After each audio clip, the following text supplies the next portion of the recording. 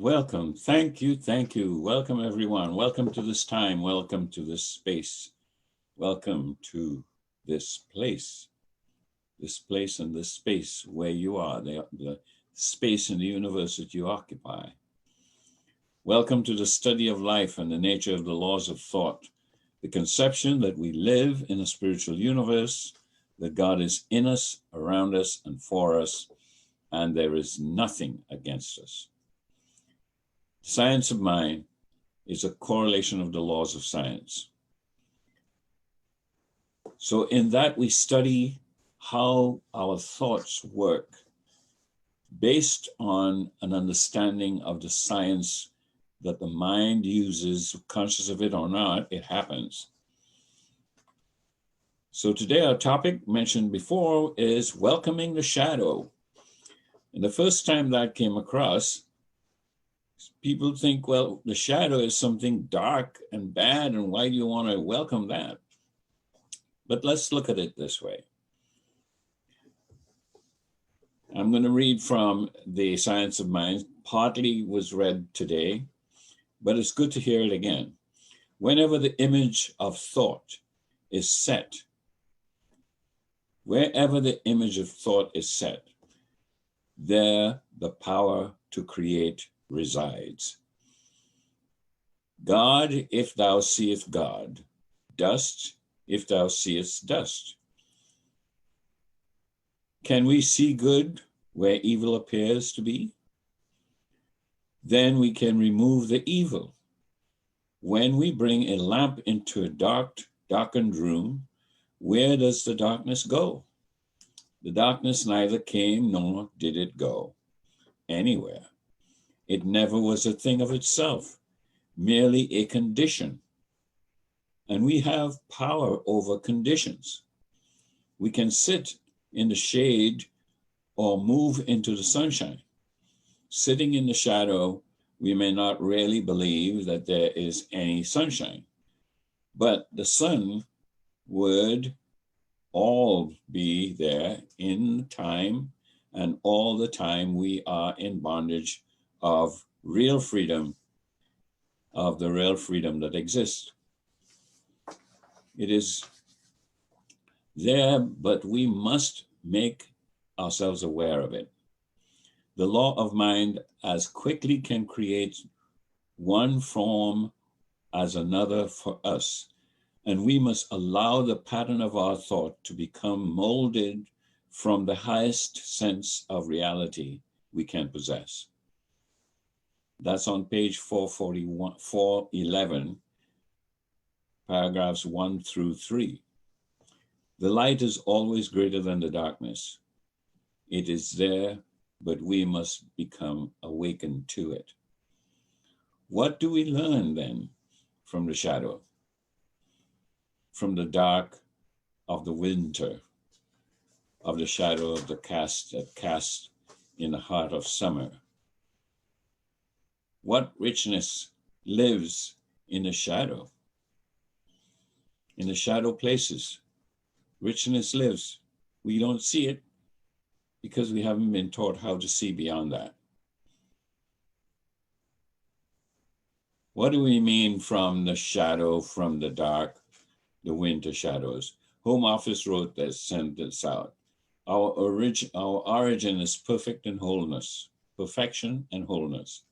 Our inheritance, we have accepted as spiritualizing or spiritualized living. Spiritualizing living is spiritualized living, an awakening to our inheritance.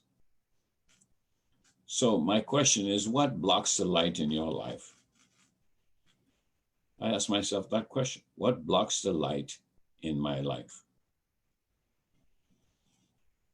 On page 101, Holmes says, we can learn by doing anything, even if we fail repeatedly.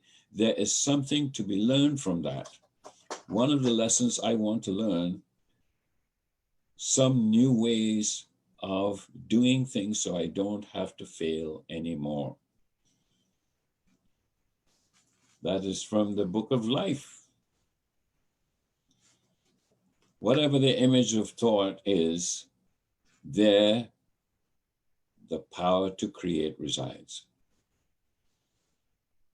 So if you have a thought and it's an image in your mind, the power to create that is present at the same time. Simultaneously, the power remains present. Can we see good where evil appears to be? Then we can remove the evil. And how can we do that? By the very power of our presence and our word. By the very power of our presence and our word. Life is really one big experiment. Did you know that? Your life is one big experiment. Use your life as an experiment. In fact, Claude Bernard said this, and I quote, "Experiment is an active science. Make your life an active science," and end of quote. So how are you using your life to inquire into the meaning of your life? That's scientific, you know. One of the reasons we welcome the shadow is that we learn from it. When we bring a lamp into a darkened room, where does the darkness go? The darkness neither came nor did it go anywhere. It never was a thing of itself, merely a condition. That's a quote from Dr. Holmes. That's pure wisdom. So what blocks the light in your life? And what blocks the light in my life? I have to take care of that. I have to find out where the block is and shine the light on it, and it'll go away. To demonstrate means to prove. This is a quote from Holmes on 3:14.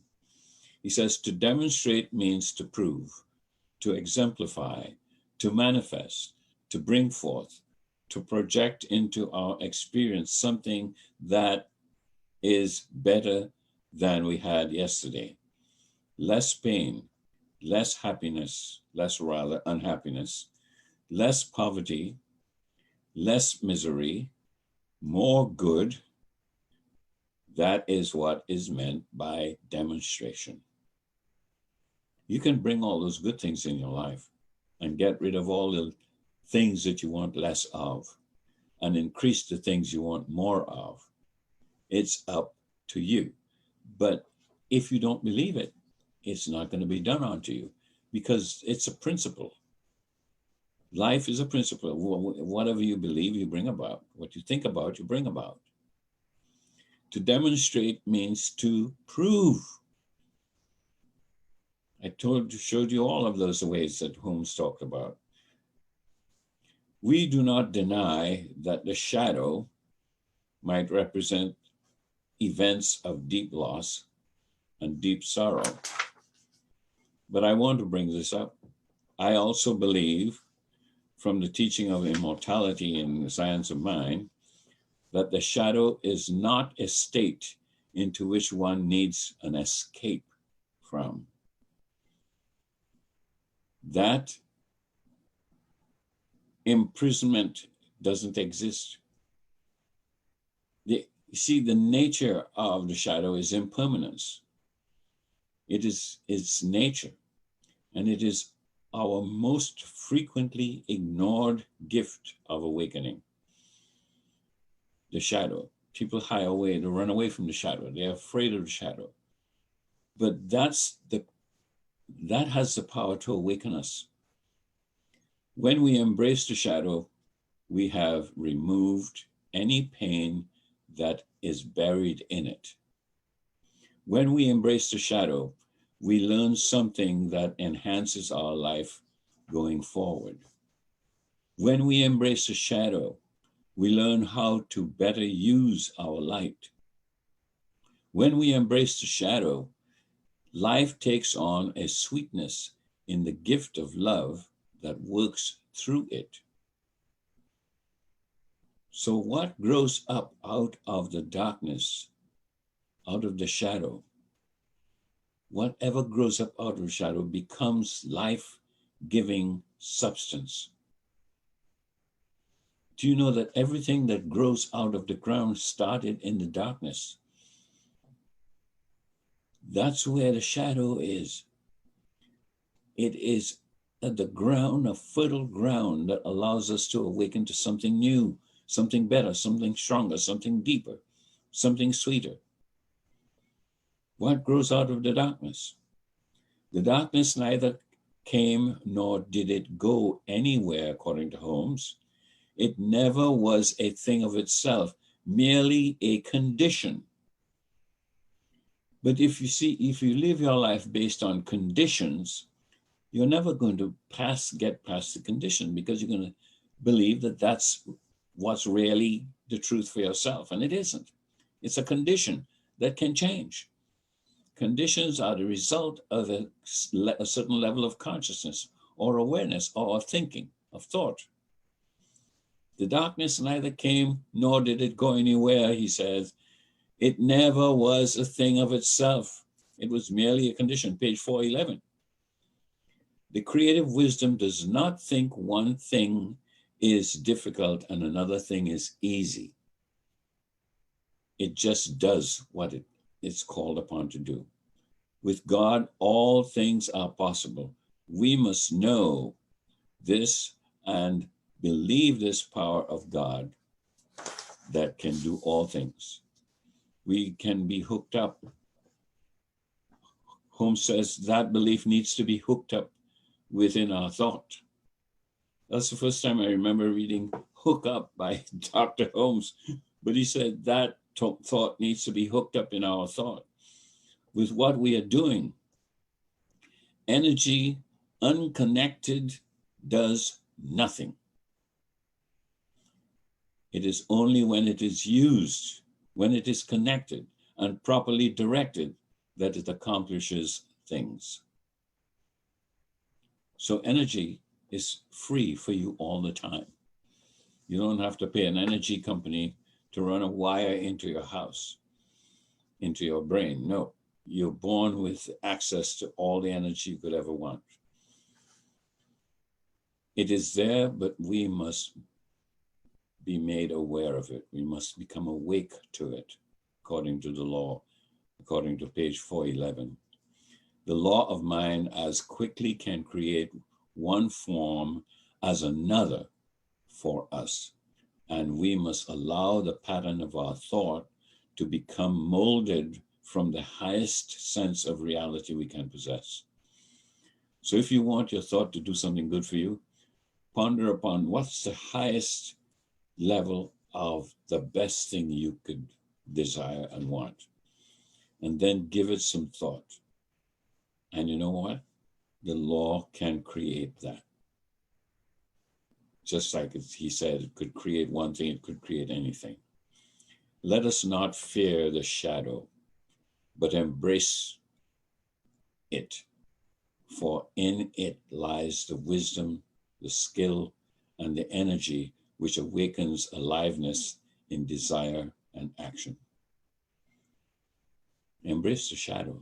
In other words, give it some place where it belongs in your life, because it is a source that helps to create. It is a thing that puts the substance into action. The image of God is imprinted upon each one of us, and all reflect the divine glory to some degree. Indeed, we are part of the divine glory. When our thought is turned from limitation to the greatness and the greater glory, we then reflect that glory.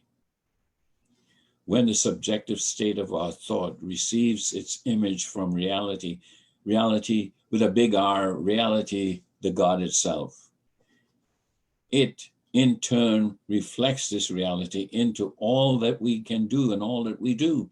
Gradually, as this process takes place, the outer man becomes changed. And as his concepts become enlarged, so his condition and physique take on a newness of life. You could even change your body by using what you use your mind for. And this change in the outer is brought about by the Spirit of God. The Spirit of God, being the one and only presence in the universe, brings about events and remolds conditions after its likeness. Page 490. I should read that again. This change in the outer is brought about by the Spirit of God. The Spirit of God, being the one and only presence in the universe, brings about events and remolds conditions after its likeness. End of quote. So, friends, loved ones, wonderful people you are, the darkness neither came nor did it go anywhere. It never was a thing of itself. It was merely a condition. So, embrace the shadow and move forward with a full tank and go wherever you want to go. God bless you. God love you. And so it is. And thank you for listening. So I'm going to offer you a spiritual mind treatment now. And then we'll have our question and answer period. So if there's something you need to change about the way you see life, the way you see yourself in life, the way you feel about your perspectives, about what you would like to achieve, keep that in your heart as you hear the treatment. And I will come to the place where I will give a moment of silence for you to silently mention that into the treatment. All right, let's close our eyes. And now let us remember that God is present right where I am. God is present right where everyone is, because God is omnipresent. There is no place where God is absent. Regardless of what people have said, God is omnipresent, and omnipresence means never absent, no absence at all. That God is present right where you are, right where I am. And each of us is made in the image and likeness of God. So there's a sense of our own omnipresence.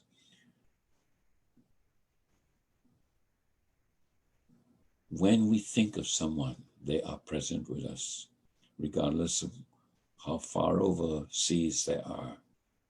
When we think of them, they are present with us. When they think of you, you are present with them. So we know that the power of thought is able to move things and reshape what appears to be something that doesn't serve to be something that serves. I am so grateful for this awakening, this awareness, these principles, these teachings that bring us face to face with how to practice our life in the best of ways. I'm so grateful for this power, this change, this wonderful philosophy. For a man called Ernest Holmes, who left us with a wonderful, wonderful way of thinking, believing, and practice. So I know now that each person has the opportunity to name whatever it is that they are desiring to bring into form. Speak your word now, folks.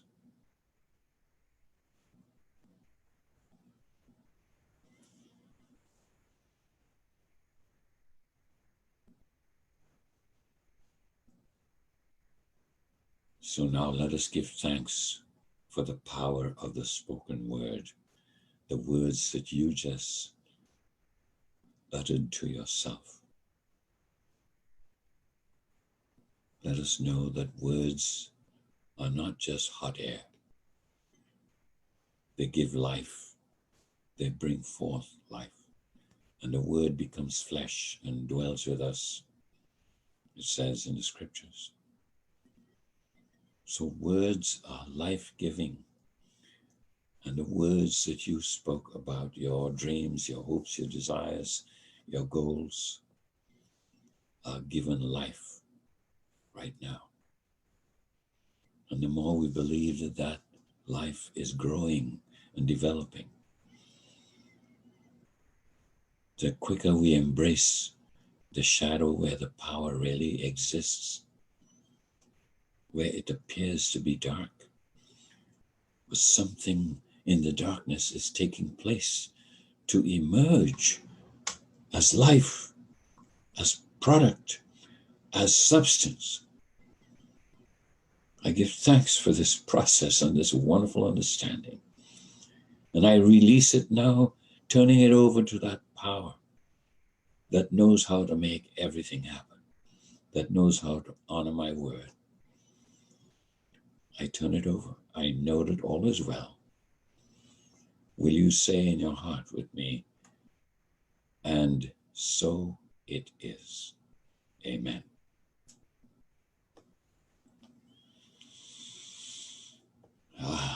So now open your eyes, rejoin the group, rejoin me.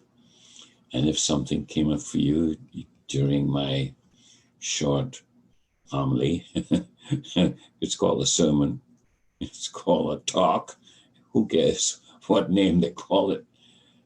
Something came to you, and do you have a question? Let's hear it and let's talk about it.